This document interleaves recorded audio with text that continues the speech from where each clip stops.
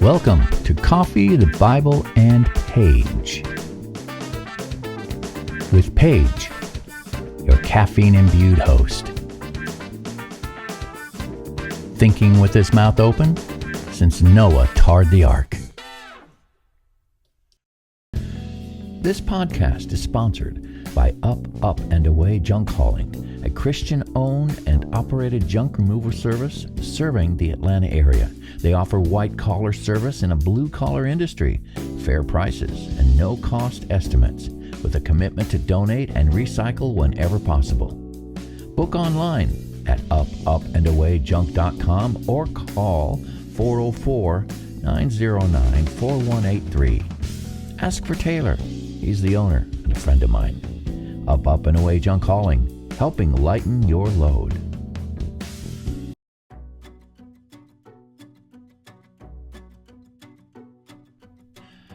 Greetings and salutations. Welcome to another episode of Coffee, the Bible, and Paige. I am Paige, your caffeine-imbued host. Here is my caffeine. In the beginning, coffee and low, it was very good. Wow, I can't believe it.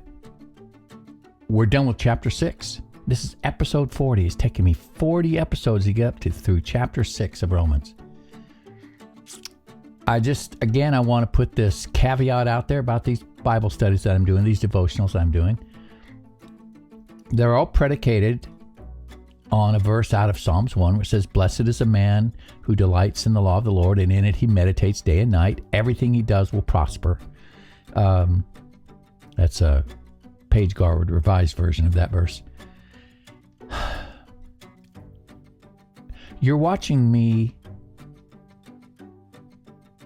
asking God what he wants me to know. I don't do these because I think I have something that you need to know. This is Paige talking to God about Paige. So as we go through these, if you get any value out of it, any blessing out of it, I am just tickled pink.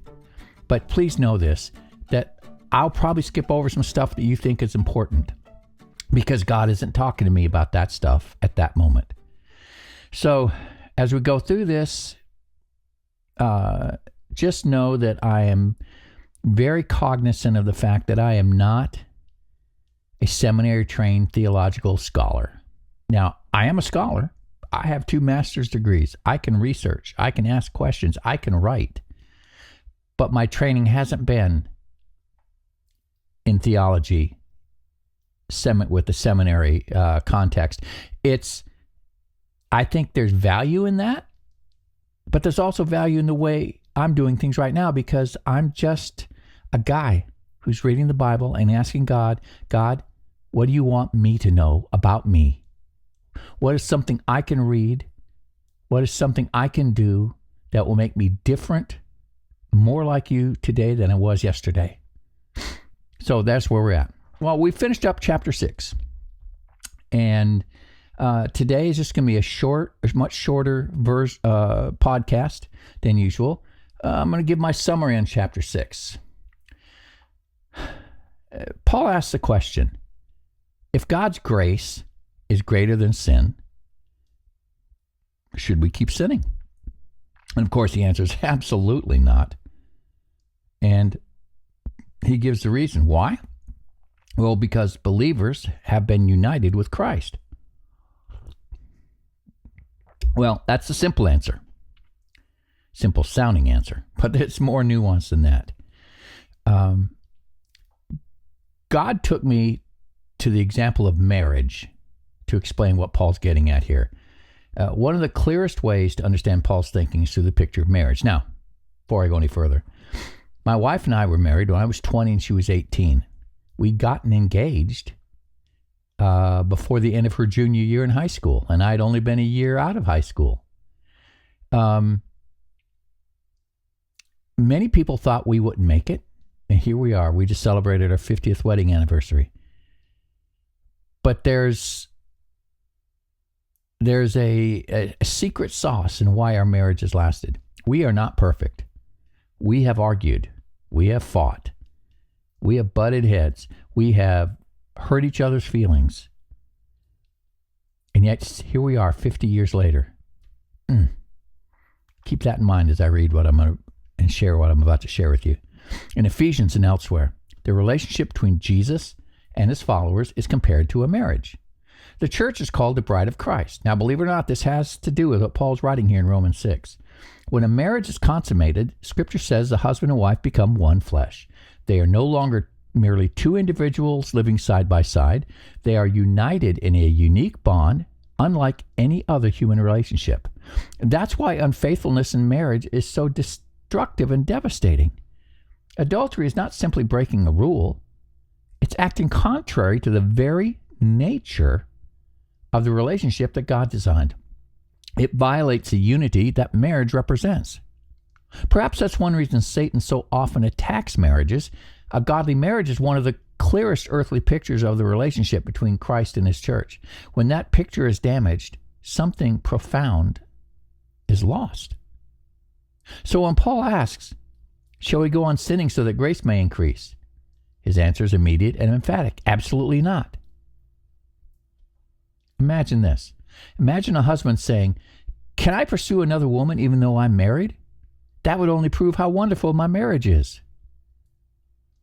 The absurdity of that statement is obvious. I hope you find that statement as absurd as I do. In the same way, it's absurd to suggest that a believer would pursue sin in order to magnify God's grace. The very question reveals a misunderstanding of what it means to belong to Christ.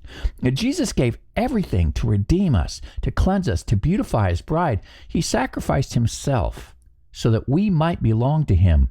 For a believer to knowingly pursue sin is like a spouse abandoning the marriage covenant to pursue another lover. It's a betrayal of the relationship Christ purchased at great cost. Believe it or not, that's the picture I think Paul is painting in Romans 6. To claim Christ while intentionally pursuing sin is to live as though the relationship is not real. It raises a serious question about whether that person is merely pretending to belong to Christ. Now, does that mean believers never sin? No, of course not. In my own marriage, I'm far from perfect. There are times when I'm impatient, inconsiderate, argumentative. Yet when those failures occur, my wife and I do not abandon the relationship. We seek forgiveness. We reaffirm our love, and we strive to do better. That's very different from deliberately walking away from the marriage, pretending everything is fine, and yet pursuing another woman or man. The first is failure within the relationship. The second is rejection of the relationship itself. So, Romans 6 in a nutshell. We died with Christ. We were buried with Christ. We were raised with Christ. Therefore, sin is no longer our master. A Christian may stumble into sin, yes, but he cannot make peace with it. He cannot embrace it as a way of life. The very nature of his relationship with Christ compels him to fight against it. And I would posit that if you are of the opinion that you can pursue sin and call yourself a Christian, I would wonder if you're even a Christian, a true Christian. Is Christianity a club you joined? Is your church an organization that you joined that has benefits for its members? Or are you united with Christ? Are you a Christian in name only? That's a hard question. In one sentence, this is what I see Paul saying in Romans 6. You belong to Christ, so act like it. That's it. That's my summary of Romans chapter 6. You belong to Christ, so act like it. Whew. Tough stuff from the Apostle Paul. I'm going to leave that right there. I would like to put a little plug in for my workbooks. I've published them up on Amazon. You can look for them under the title Essays in Romans with my name, Paige Garwood. And there are They contain the transcripts of these podcasts, plus a lot of study questions at the end of each chapter. So, having said that, go check it out. Chapter 6 will be posted up on Amazon soon. And starting next week, we will be looking at Romans chapter 7. I'm Paige. Here's my coffee. Folks, I'm out of here. God bless you. Bye-bye.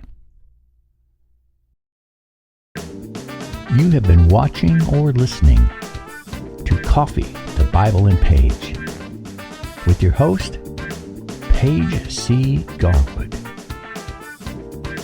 Thinking with his mouth open since 1975.